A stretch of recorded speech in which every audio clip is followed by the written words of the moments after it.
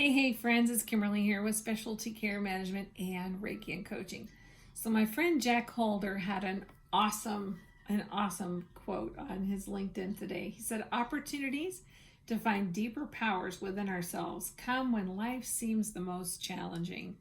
And it's so interesting, as I was contemplating this post that he shared, I thought about how, in many of the conversations I've had with folks that I would call to be successful, people that I really admire and look up to, people who have and are doing things of significance in terms of really making life better for other people, or in their industries. They all have something in common. And one of the things, if you talk to them about challenges, they see them differently than theirs.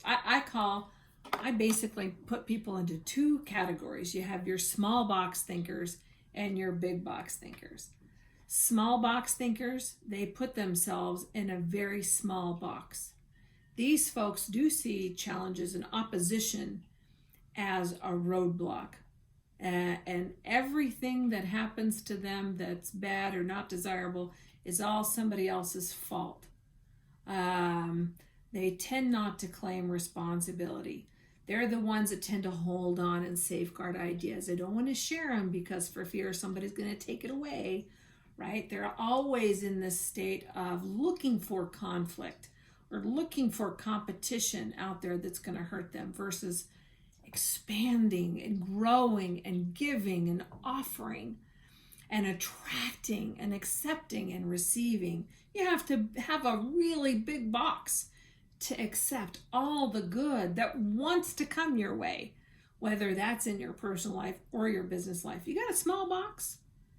It's not just small in terms of what you give, it's small in terms of what you can receive. And small box thinkers, they tend to see the world in a totally different manner than your big box thinkers. Big box thinkers, I know I've talked to folks that don't even have a box. Those are really fun conversations to have. Matter of fact, I got to have a big box conversation with somebody I hold in my highest regard while we were up in North Idaho. And she shared so many nuggets that, I had to, when I finished my little meeting with her, I had to sit and scribble notes. It was so delicious, some of the things that she shared. Big box thinkers, they're not restrictive. They're not protracted. They're not protective, right? They're eager to share ideas, recognizing that if I share an idea and you share an idea, we have a whole lot more than we started with. Big box thinkers realize that anything of any significance that they can offer isn't going to come just from them.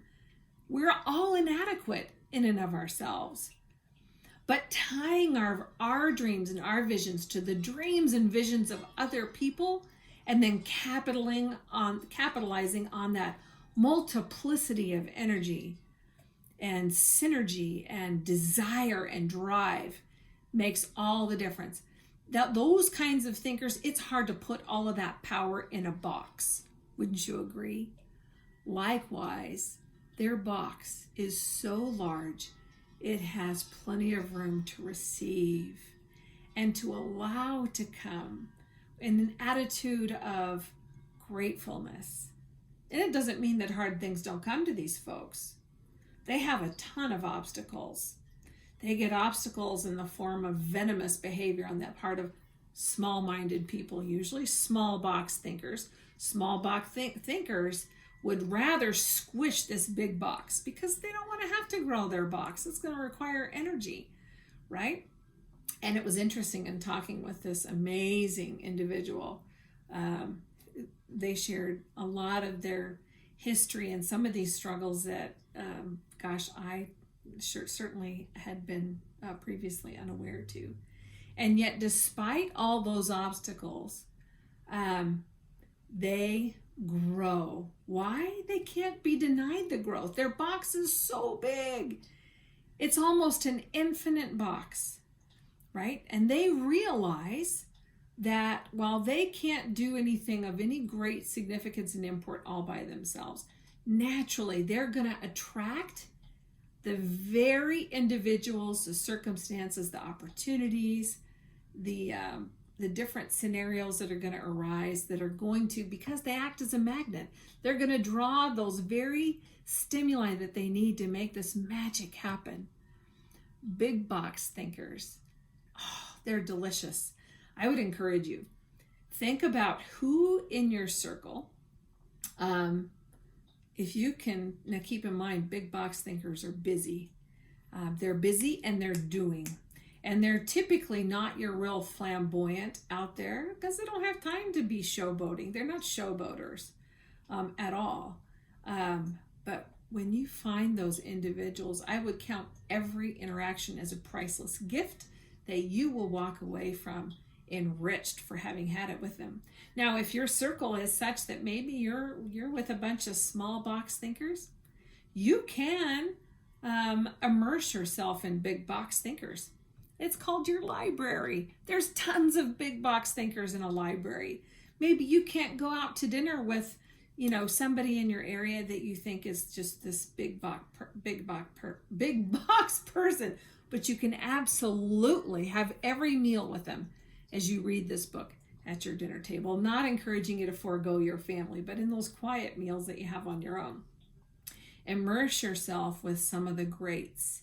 And what you'll find is you seek after those big box thinkers, even through books and tapes and different mediums, you're going to find that you're going to grow your box. And when you grow your box, pretty soon your community becomes full of other big box thinkers.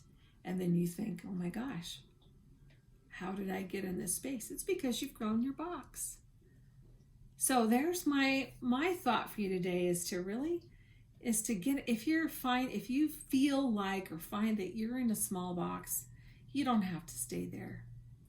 And the less time you make for small box thinkers, the more likely you are to have room in your life and in your interactions for the big box thinkers. And it will totally change your life.